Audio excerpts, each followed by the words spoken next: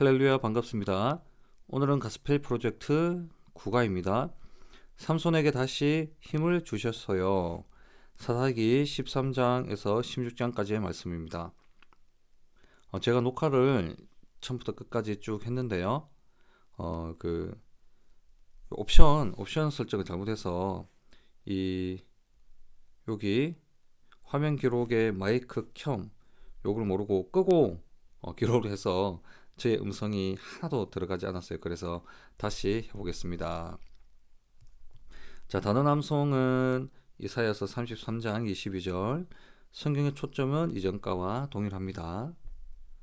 자, 먼저 본문의 구조. 이 본문의 구조 처음부터 끝까지 중심된 이 내용들을 한번 쭉 가볍게 살펴보시길 바라겠습니다. 본문의 의미는 함께 보실게요. 자, 13장에서 16장은 사사 삼손의 이야기죠. 사사기의 특징적인 패턴이 어떤 거죠? 네, 이스라엘이 범죄를 하고 우상숭배 그리고 강대국을 통하여서 고통받게 하나님이 하시고 그리고 회개하면 하나님이 사사를 세우셔서 구원하시는 그러한 패턴이죠. 그런데 오늘 이 16장은 회개의 과정이 빠져 있는 것이 큰 특징이라고 할 수 있겠습니다. 자, 13장은 삼손의 출생의 예고입니다. 자식이 없던 단지파 소속의 마노아 부부에게 여호와의 사자가 나타나 이스라엘을 구원할 것, 그 아이가 이스라엘을 구원할 것과 또 그 아이가 평생을 나실인으로 살게 될 것을 예고하죠. 자, 14장은 삼손의 결혼 관련 기사인데요. 삼손은 딥나의 블레셋 여인을 좋아하게 되고 그 여인과 결혼을 하고 잔치 기간에 블레셋 사람들에게 수수께끼를 냅니다. 아내의 배반으로 내기에 지게 되자 삼손은 아스글론으로 내려가서 그 사람 30인을 죽이고 노략질해서 그 내기에서 진 옷을 갖게 됩니다. 15장은 13장 마지막 절과 이어져서 14장 마지막 절과 이어져서 사사 삼손의 본격적인 활약상을 보여줍니다.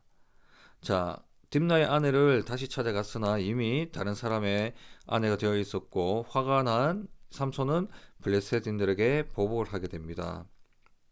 그리고 삼손은 블레셋인들을 크게 조르하게 되고 이 당시에 블레셋의 통치를 받던 동족 유다 지파 사람들에 의해서 결박이 되어 블레셋에 넘겨지게 됩니다.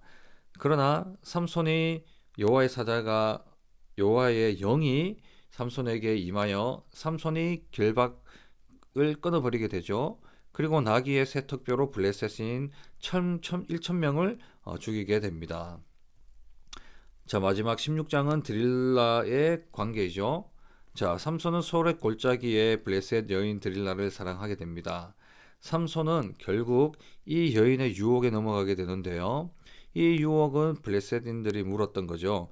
삼손이 어디서 그렇게 힘이 나오는지 힘의 원천에 관한 이 비밀을 물었고 이 여인이 드릴라가 삼손의 힘의 원천에 관한 비밀을 듣게 되고 블레셋인들에게 사로잡혀 두 눈을 뽑힌 채 이 삼손은 옥중에서 맷돌을 돌리게 되는 처지가 됩니다.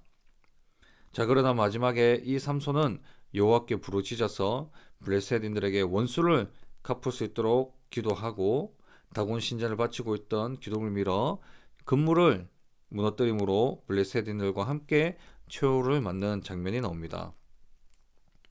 오늘 본문이 우리에게 주는 교훈은 무엇일까요? 자, 첫 번째로는 우리는 그리스도인이라는 정체성을 저버리는 행동을 해서는 안 된다는 거죠.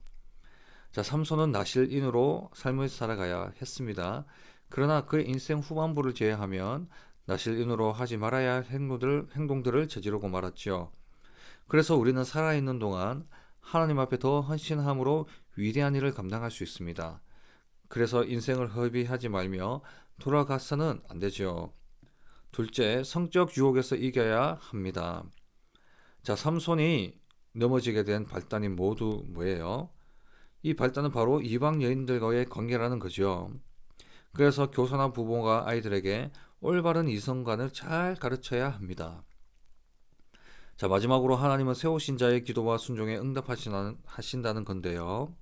자, 삼손은 나실인으로 사사로서 또한 실패한 인생을 거듭해요. 그러나 하나님께서는 삼손이 마지막에 하나님께 자신의 몸을 바쳐 헌신하고자 하는 간구에 응답하시고 기적을 나타내십니다. 이미 늦었어. 지금 해서 뭐해? 라고 생각할 때 하나님께 더 간절히 기도하고 매달려야 한다는 거죠. 베드로전서 2장 19절에서 20절 한번 읽어볼까요? 그러므로 내가 그리스도를 위하여 약한 것들과 능욕과 궁핍과 박해와 공고를 기뻐하노니 이는 내가 약한 그때에 강함이라. 아멘. 속으로 교환, 마음 열기 해보시고요. 자, 그리고 본문 속으로 가보겠습니다. 자, 삼손이 나실인이 되었어요. 자, 사사 기드온이 죽은 후 이스라엘 백성은 또다시 악행을 저지르죠. 자, 그리고 그 단지파의 마노아라는 이 사람의 아내가 아이를 갖지 못했는데 여호와의 사자가 그 여인 마노아의 아내에게 나타나는 거예요. 그래서 임신을 하지 못했던 그 여인에게 아들을 낳을 것이다. 그리고 그 아이는 하나님께 바쳐진 나실인이 되어 이스라엘을 구원할 것이다 라고 그렇게 예언하게 되죠. 그리고 그 여인의 아들을 낳아서 이름을 삼손이라고 했습니다. 적용. 하나님은 완벽하게 준비된 사람을 사용하기보다는 임신하지 못하는 평범한 여인에게 아들을 주시죠. 그래서 우리는 내가 완벽하게 준비되지 않고 부족함이 많은 어린이라도 하나님은 충분히 사용하시고 그리고 능력과 힘을 부어 주신다는 겁니다. 삼손이 이방 여인들을 좋아해서 위기에 빠졌어요. 삼손은 먼저 딥나라는 곳에서 블레셋 사람들의 딸 중 한 여자를 좋아하죠. 그리고 삼손은 다시 가사라는 동네에 가서 한 기생을 좋아해요. 그리고 삼손은 드릴라라는 이방 여인을 또 사랑하게 됩니다. 자, 삼손이 이방 여인들을 좋아하고 관심을 가질 때마다 삼손은 큰 위기에 빠지게 되어요. 자, 적용입니다. 삼손은 이방 여인들을 만난 후 나실인이라는 사실을 잊어버린 채 위기에 빠져요. 우리도 마찬가지예요. 오랫동안 게임에 중독되거나 욕을 습관적으로 하거나 잘못된 영상을 본다거나 거짓말을 자주 하게 되면 내가 그리스도인이라는 걸 잊어버리게 되어요. 그리고 큰 위기에 빠질 수도 있어요. 자, 마지막 삼손이 다시 하나님께 헌신했어요. 삼손은 감옥에서 맷돌을 돌리는 처참한 삶을 살게 되죠. 그러나 머리카락은 다시 자라났지요. 자, 블레셋 사람들은 삼손을 잡은 것이 그들을 섬기는 우상 다곤신 덕분이라며 제사를 드리며 크게 즐거워했죠. 그리고 삼손을 불러다가 두 기둥 사이에 세우고 제주를 부리게 했어요. 삼손이 제주 부리는 것을 보려고 엄청나게 많은 사람들이 모였지요. 그때 삼손이 하나님께 간절히 기도해요. 하나님, 이번 한 번만 나를 강하게 해주세요. 그래서 나의 두 눈을 빼버린 저 블레셋 사람들에게 단번에 원수를 갚도록 해주세요. 그리고 두 기둥을 잡고 외치죠. 나 삼손은 블레셋 사람과 함께 죽기를 원하노라. 그때 두 기둥과 함께 집이 와르르르르르 무너지죠.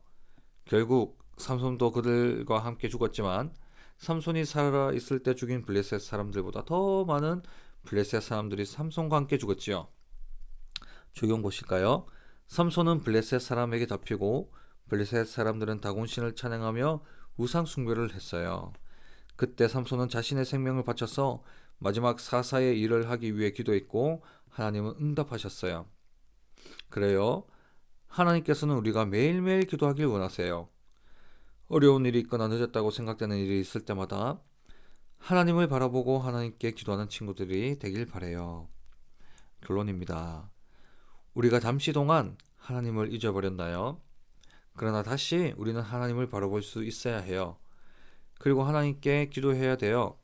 왜냐하면 하나님은 단 한 번도 구원받은 자녀들을 잊으신 적이 없기 때문이에요. 그리고 다시 돌아오길 원하시기 때문이고 다시 기도하길 기다리고 계세요. 하나님은 예수님을 믿는 아들과 딸들을 통하여 하나님의 큰 뜻을 이룬답니다. 저와 여러분 모두가 삼손과 같이 다시 하나님을 바라보고 포기하지 않고 기도하는 친구들이 되길 축복합니다. 그리고 기도하면 되겠습니다.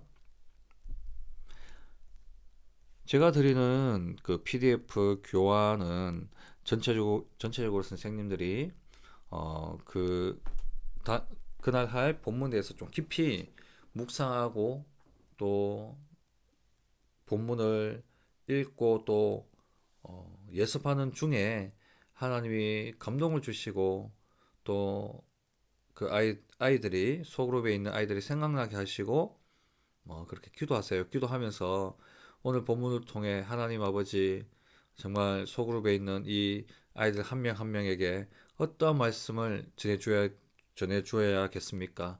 주님 말씀을 주세요. 메시지를 주세요.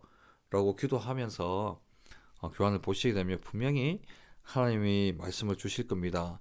그리고 소그룹에 있는 이 노란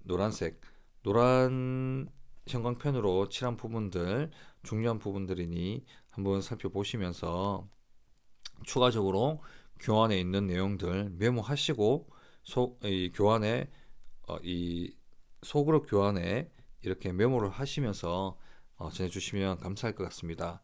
자, 먼저 소그룹 교환 보겠습니다. 나침판이죠. 자, 학생용 교재 54쪽이고 81쪽에 머리카락 스티커가 있습니다. 자, 이렇게 생긴 건데요. 81쪽에 있는 머리카락 스티커. 자, 요 스티커를 이사야서 33장 22절 말씀이 있는 건데 이거를 순서대로 머리카락에 붙이면 됩니다. 자, 그리고 탐험하기 에너지의 근원을 찾으라. 학생용 교재 55쪽이고 자, 등은 콘센트. 자, 촛불은 네, 그렇죠. 성냥개비. 그리고 풍차는 네, 바람이 있어야 됩니다. 손전등은 건전지가 있어야 되고 자, 힘이 불끈 솟아오른 삼손은 네, 머리카락이었습니다. 근데 이 머리카락이지만 사실은 머리카락은 상징이고 어쩌면 머리카락은 가장 연약하죠. 가늘고 연약한 것을 상징합니다. 그러나 이 머리카락을 힘의 상징으로 삼았던 것은 이 연약한 이 머리카락도 여호와의 신이 함께하면 연약한 이 사람이 어떻게 된다고요? 강하게 되는 거죠. 자, 보물상자 3개밖에 없더라고요.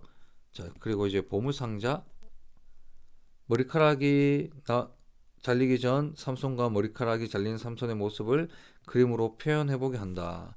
어떤 차이가 있는지 물어본다. 하나님이 왜 삼손에게 강한 힘을 주셨는지에 대하여 이야기를 나눈다. 그리고 기도하고 마치면 되겠습니다. 자, 오늘 가스펠 프로젝트 9가 삼손에게 다시 힘을 주셨어요.